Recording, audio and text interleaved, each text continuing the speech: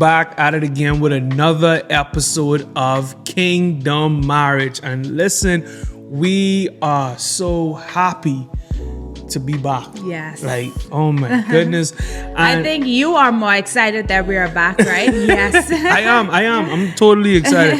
First of all, I need you to know my wife smells wonderful, okay? Reason why I'm saying that is because I think she uses this podcast time as time for like a mini date. I don't know. I that's how I feel. When she walked out the room, I was like, okay, I see what you did. I want him to speak, I just love being married to this woman. Okay. But I just had to put that out there. But I am truly excited to get back on board. Y'all know last week the topic was before I say I do. Before you say I do. Before you say I do. So without further ado, Ding, ding, ding, ding, ding, before I say I do part two. Marriage is a lifelong commitment, okay? People think about it and say, oh yeah, I just get married and if I don't like it, I'll just get divorced. That's not the way to go. It's a lifelong commitment. And not just a commitment to your spouse, but a commitment to God. Yeah. That's why marriage is holy. You get to take part in something holy and acceptable by God. So handle it with care and love. So let's dive in. Yes. All right. Emotional intelligence. That's your thought. Yeah. That's your thoughts. Your feelings. You have to understand. You have to now manage your emotions, like things that would get you fired up and mad. The way you speak to people, and I just get checked with that a lot. No, and I gotta check. Sometimes if you don't check me, sometimes I gotta check myself. Like, hold on, wait. I think I said that. Now, like even when I miss and say something, I find myself coming. Nah, babe, I don't want you to think I meant saying it. Like, I didn't mean it like that. Like even if that's your emotional intelligence to understand that certain things your wife does not like or your husband don't like, the way you come at them, you gotta know how to tone it down. Let me bring it in, wheel it. Come again.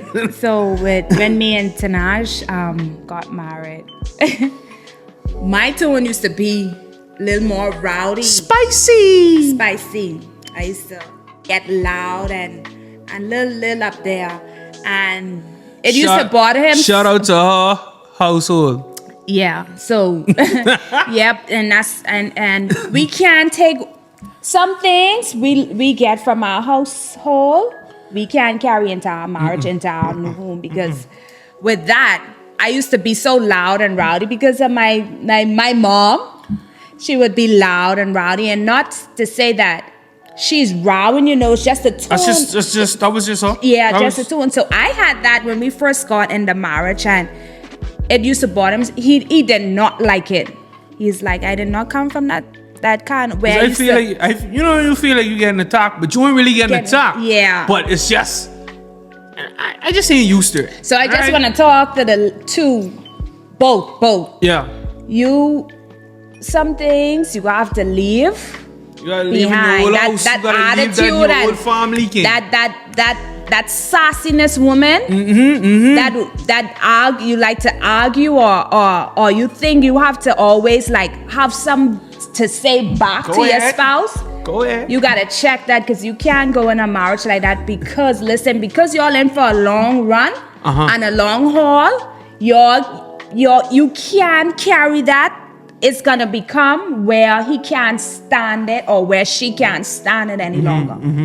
So you have to now check that. Check your tone of voice. Check yourself. Check the yourself way you before you wreck yourself.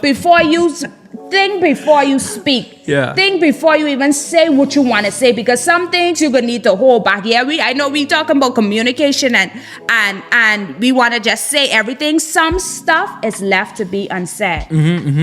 If you want to avoid like trouble and argument, you will have to like say, well, okay, I'm gonna leave that alone, because I know I need to continue to work on myself, and I tend to like row back a lot. So let me see how I can now work on me and try to pull back or try to just calm down or try to check myself. Now, Jason, you got to check yourself because your husband don't like it, so you're going to need to change the way you speak. And guess what? What I'm doing, how I'm doing. You doing good?